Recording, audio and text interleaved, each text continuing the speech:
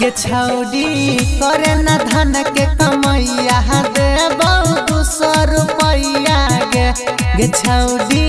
करे न धन के कमैया देबौ 200 रुपैया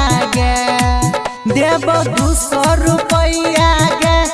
जल खाई संग में रुपैया गे छौड़ी करे न धन के कमैया देबौ 200 रुपैया गे छौड़ी करे न धन के कमैया देबौ 200 रुपैया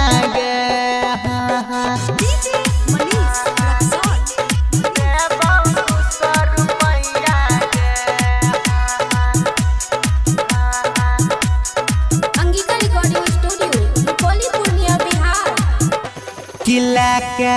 घूमबो पीछू पीछू चाहता तोरा धूप के न चल तो पाता गे छौड़ी न चल तो धूप के पाता किला के घूमबो पीछू पीछू चाहता तोरा धूप के न चल तो पाता गे छौड़िया न चल तो धूप के पाता कि तोरा होई न देबो थकैया देबौ 200 रुपैया गे छौड़ी करे न धन के कमैया देबौ 200 रुपैया चल गए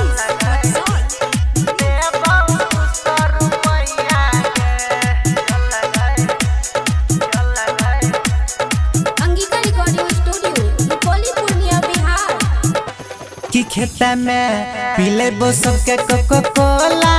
पर चर कर दही पूरे गा मटोला गे छौड़िया कर दही पूरे गा मटोला कि खेता में पीलेबो सबके कोको कोला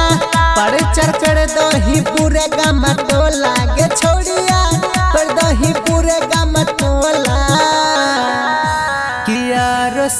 पड़ोस में सबके बतैया देबौ 200 रुपैया गे छौड़ी करे न धन के कमैया देबौ 200 रुपैया अब की बार सावन के ऑफर देले छियो अंगिका रिकॉर्डिंग स्टूडियो रुपौली पूर्णिया बिहार।